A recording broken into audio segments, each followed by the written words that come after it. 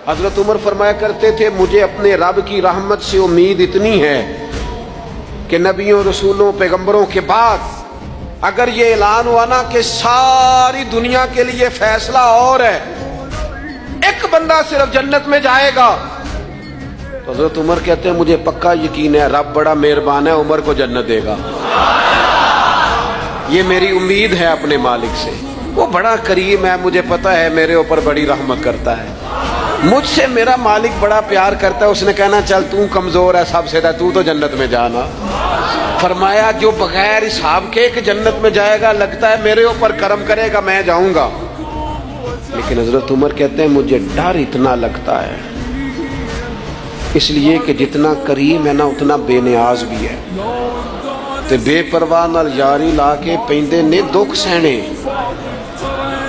कहते उसकी बेपरवाही से इतना डरता हूं कि अगर क़यामत में ऐलान हुआ ना सब जन्नत में चले गए, एक रुके उसका हिसाब सख्त है, उससे बाज़पुर्स करनी है, इस्तिफसार करना है, एक रुके। तो हज़रत उमर कहते हैं मुझे डर लगता है कि वो बंदा मैं ही हूँगा जिसे रोक लिया जाएगा कि तू ठहर, पहले तेरा हिसाब लंबा है।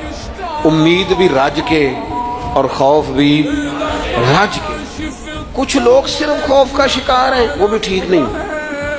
कुछ निरी उम्मीद ही उम्मीद की बात करते हैं, डरते नहीं। अल ईमानु बैनल खौफ व रजा, ईमान खौफ और उम्मीद की दरमियानी कैफियत का नाम। अपने आप को देखें, अपने ऊपर गौर करें, अपने दिल का मियार चेक करें।